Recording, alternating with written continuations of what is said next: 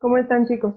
Nuevamente he preparado un video tutorial para acompañarnos de manera más cercana en la realización de sus actividades y ayudarles un poco dándoles un apoyo gráfico y una orientación más cercana para tratar de que sus actividades sean más significativas. El tema que elegí para este tutorial es la carta. Lo elegí porque a lo largo de sexto grado hemos estado trabajando con diferentes tipos de cartas, conociéndolas, y en este tutorial voy a tratar este tema, conociendo su función o recordándola, qué tipos de cartas hemos visto, la estructura y algunos de los ejemplos. Vamos a trabajar con este tema.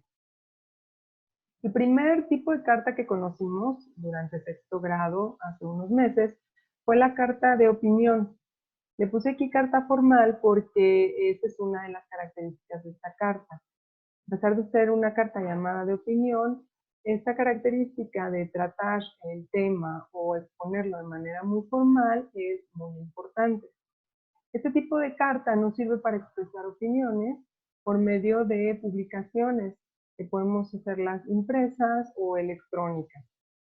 Es muy formal, como les decía antes, debe tener elementos muy similares a los de las cartas habituales que ya conocemos, pero se caracteriza en específico porque se le tiene que agregar una opinión que esté debidamente argumentada para poder convencer al lector y sobre todo pueda tener ese derecho de ser publicada. Entonces hay que trabajar mucho la argumentación en este tipo de cartas. También vimos otros dos tipos de carta, que es la carta formal y la carta informal, que aunque en su estructura son muy similares, tienen características en algún momento un poco distintas y ahorita vamos a analizarlas de manera más formal. Los tres tipos de carta que vamos a ver durante este tutorial tienen la misma función y esta función es comunicarse de manera muy acertada con personas que no tenemos cerca, que están lejos de nosotros. Entonces el objetivo principal es comunicarnos con alguien que no está cerca de nosotros. Como les decía, la carta informal tiene algunas características un poco distintas a la formal y ahorita vamos a ver cuál. La carta informal tiene o maneja un lenguaje familiar o más de confianza, puesto que a la persona que se la enviaremos es una persona que conocemos y por lo tanto podemos hablarle con un lenguaje mucho más cercano. Este tipo de cartas utiliza palabras para describir lugares, personas, sentimientos, acciones y poder dar una explicación más acertada de lo que queremos decir. Este tipo de palabras que hemos visto en diferentes tipos de textos, como recordamos, son los adverbios y las clases adverbiales.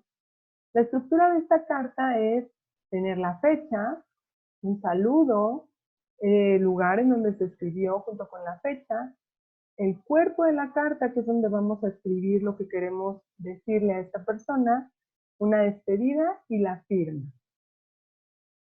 La carta formal, a diferencia de la informal, tiene precisamente el lenguaje distinto. En este tipo de cartas debemos de manejar un lenguaje diferente, un lenguaje un poco más serio, un lenguaje un poco más eh, formal, como dice su nombre. La estructura de esta carta es el membrete, la fecha, la dirección del destinatario, un saludo de manera muy seria, el cuerpo de la carta, que es donde vamos a explicar lo que queremos decir, donde vamos a decir todo lo que queremos que esta persona sepa, una despedida y una firma. La firma es muy importante en todos estos tipos de cartas que estamos viendo. Y bueno, ¿cómo hago llegar las cartas al destinatario? Hay diferentes tipos de maneras. Como les dije, en la de opinión podemos publicarla por medios ya sea impresos o electrónicos. La formal y la informal podemos enviarlas de manera electrónica también o por correo postal. Si decidimos hacerlo por correo postal, es muy importante meter la carta en un sobre en donde vamos a poner los siguientes datos que son muy importantes. El destinatario, el sello, la estampilla, la dirección del destinatario, obviamente para que se pueda entregar en ese lugar, y el remitente, que son nuestros datos por si acaso no se puede completar esta entrega, sea posible regresarla a la persona que la escribió.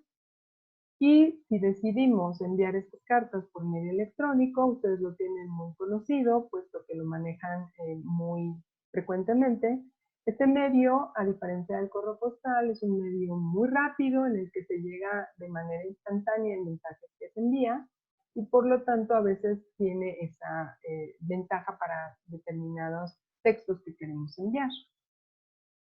Una vez que ya conocimos la estructura y las características de este tipo de cartas, es importante reflexionar y llegar a una conclusión. ¿Cuál carta utilizarías si quisieras hacer una petición a tu director? ¿Qué carta elegirías si quisieras argumentar y publicar una opinión acerca de permanecer en casa por el COVID-19? ¿Qué mensaje enviarías por correo electrónico y no por correo postal? ¿Y por qué lo harías de esta forma?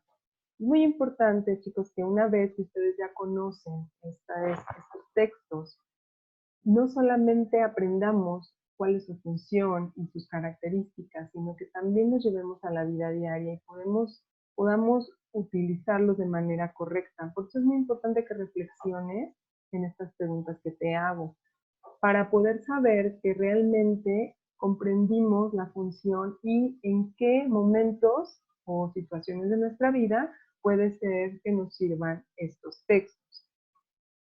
Me da mucho gusto poder comunicarme por este medio, aunque sea por el momento.